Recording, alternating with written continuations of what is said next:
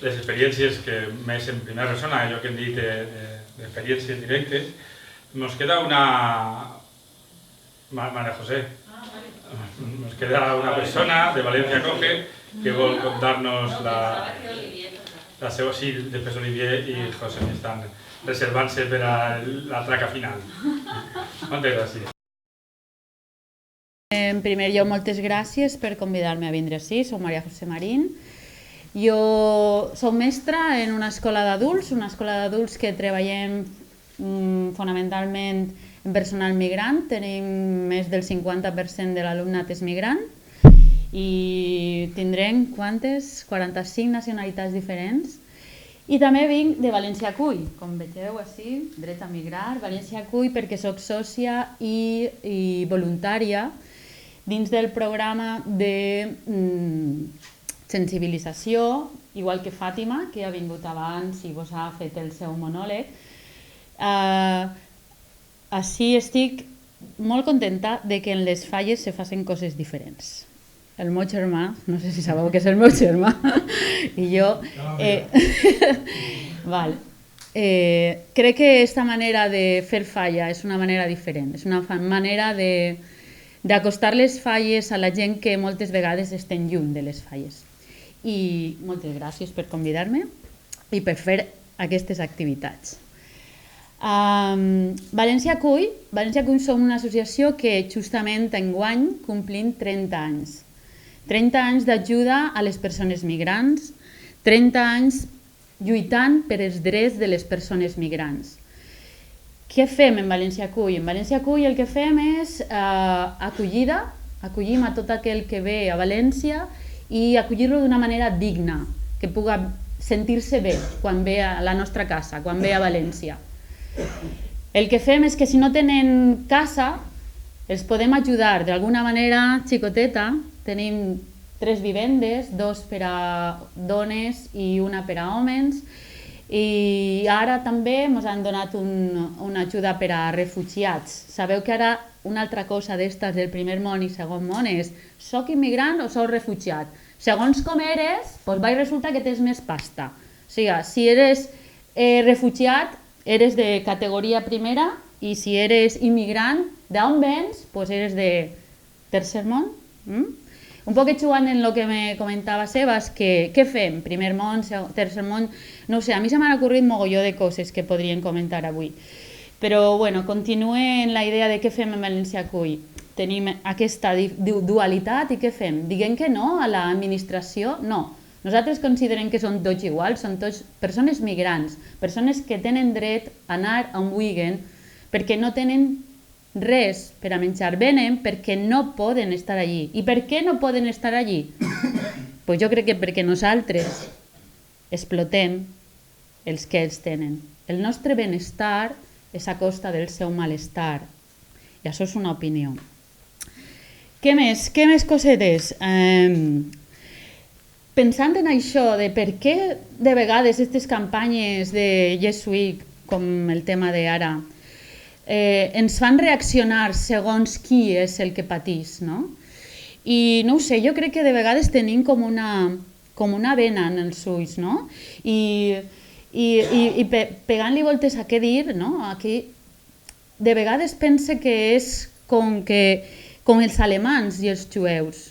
Els tenien ahí i no el volien veure, no? Quantes vegades ara els alemans s'apenedicen d'allò que havien patit. Estaven veient com s'emportaven a la gent a una altra casa. Ah, no, però és algo que nosaltres no podem fer res, I jo crec que nosaltres ara hem de llevar-nos aquesta vena, perquè està passant el mateix. Estan anant gent a la presó sense haver fet res. Estan anant un CIE, és una presó, pitjor que una presó. Bé, això me fa reflexionar a mi a partir de primer món i tercer món. Per altra banda, també tenim la idea de què és la immigració. Està per un costat la jubilació dorada o treball al sol. És un article que ha eixit esta setmana a La Vanguardia. La jubilació dorada són els immigrants també, no? Són els alemans, són els anglesos que venen així a passar-se-ho bé en el nostre sol. I la resta són iguals, són immigrants també, però que venen a què? Pues a treballar en unes condicions terribles. I tot això em fa reflexionar que pot ser que aquests del primer món venen així en la jubilació dorada, però molts d'ells, sí o no, alguns d'ells poden fins i tot, com dir-ho, com se diu esto de desfalcar diners i tot això, què fan? Malversació. O sigui, venen així i fan ahí una sèrie de negocis, no? I veuen així molt bé. I compren cases que tenen molts diners i tot això, blanquegen. I l'altra banda, els que venen a treballar al sol, el que fan què és? Que la població que nosaltres estem quedant poquet a poquet, ells estan fent que aquesta població siga més gran, estan treballant, estan cotitzant a la Seguretat Social. No ho sé, tot això em fa reflexionar, em fa pensar en aquest món d'ací, aquest món d'allà. Més coses que fem a València, i a València Cull, i que coincidim en la meva escola, en la Vicent Ventura, és donem classes de castellà per a les persones migrants. Considerem que la comunicació és fonamental per a la integració. Aleshores, aquest és un dels programes claus de la nostra escola, tant com de València Cull. En la nostra escola, a més, penseu també en una altra cosa. Estos que venen i arribem a una edat, 16 anys, justament 16 anys. Aquests xavals que arriben així, què fan? Van a l'escola, van a l'institut. Veritat que nosaltres hem d'agafar-los fins als 16 anys quan van a l'institut. Què fan els instituts? Ostres, ja té 16 anys, no l'agafem, este xiquet al carrer. Què passa amb aquest xiquet? Aquest xiquet se queda fora. No hi ha res al carrer i a saber què passa. Si té 16 o més, alguns instituts que molen ja un poquet més, que enrotllaus que somos, doncs resulta que es fiquen en les classes de quart de l'ESO, primer de batxillerat, no saben castellà. La història d'Espanya. És contradictori. Fins i tot volem fer-ho bé, no podem fer-ho bé. A la nostra escola tenim un grupet especial per a aquest tipus de persones. Intentem acollir-les, els donem el castellà i els ajudem i els acompanyem ensenyant-los per a que puguen traure's el graduat en secundària. D'ahir donem una oportunitat a les persones, una oportunitat digna. Tot això són el que fem a la meva escola i el que fem a València Cull. I per a concluir,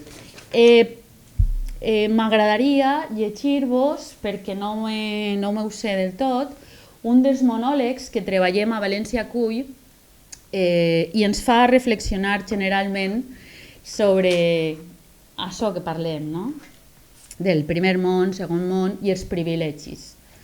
El monòleg està basat en una obra, no sé si la coneixereu, es diu Americana, és d'una escritora de Nigèria, es diu Chimamanda Ngozi, i en un xicotet capítol, en un dels capítols, parla un poquet d'això que vos vaig a contar. Són diferents reflexions de coses que nosaltres, com a blancs, tenim una quantitat de privilegis que no tenen els demés. Soy blanca y esto supone muchas ventajas en este mundo. Si tengo que buscar una casa, tengo la tranquilidad de poder hacerlo en la zona donde me apetezca vivir, que mis vecinos me traten bien o por lo menos no me miren mal. Puedo moverme por el país o la ciudad sin miedo a que personas que no me conozcan me insulten o me miren mal. Cuando hablan de civilización, sé que están hablando y haciendo referencia a mi cultura. Sé que mis hijos aprenderán sobre su historia y su cultura. Puedo tener éxito sin que las personas se sorprendan. Cuando hago algo bien, está visto como algo normal, no como algo excepcional. Nadie me dice, muy bien, cuando consigo una mierda de trabajo por el que me pagan 5 euros al día. Nunca me piden hablar como representante de toda mi raza. No me hace falta saber nada de la cultura o idiomas de la mayoría de las personas de este país para llevar una vida normal. Puedo criticar al gobierno, las políticas, las costumbres, sin que me sugieran que no tengo derecho a hacerlo. Cuando quiero hablar con el encargado de la tienda, sé que será alguien de mi nacionalidad. No tengo problemas en comprar tarjetas, libros, postales que reflejen aspectos de mi cultura. Cuando busco trabajo, sé que no van a juzgarme por el color de mi piel o por mi nacionalidad. No tengo miedo a que me denieguen la entrada a un establecimiento por el color de mi piel. Cuando estoy en un país extranjero e intento hablar en el idioma de las personas de ese país, la gente no reacciona con impaciencia ni me gritan, no te entiendo, habla en cristiano. No siento que tengo que verificar lo que estoy diciendo, mi legalidad, con pruebas como el pasaporte o la tarjeta de residencia. Nadie me pregunta si hay televisión en mi país. Cuando viajo en transporte público, el asiento que hay a mi lado no es el último en ser ocupado. No me pueden detener ni meter en la cárcel sin haber cometido un delito. Puedo comprar una tirita con el color de mi piel. Mis títulos académicos siempre son respetados y están aceptados. La gente no me habla como si fuera una niña. Las personas pueden bromear conmigo sin miedo a ofenderme. Cuando hablo con alguien de otro país, no siempre tengo que justificar mi religión o los aspectos de la cultura que no les gusta. Las personas no siempre empiezan las conversaciones conmigo diciéndome, ¿de dónde eres? ¿Blancas? ¿Blancos?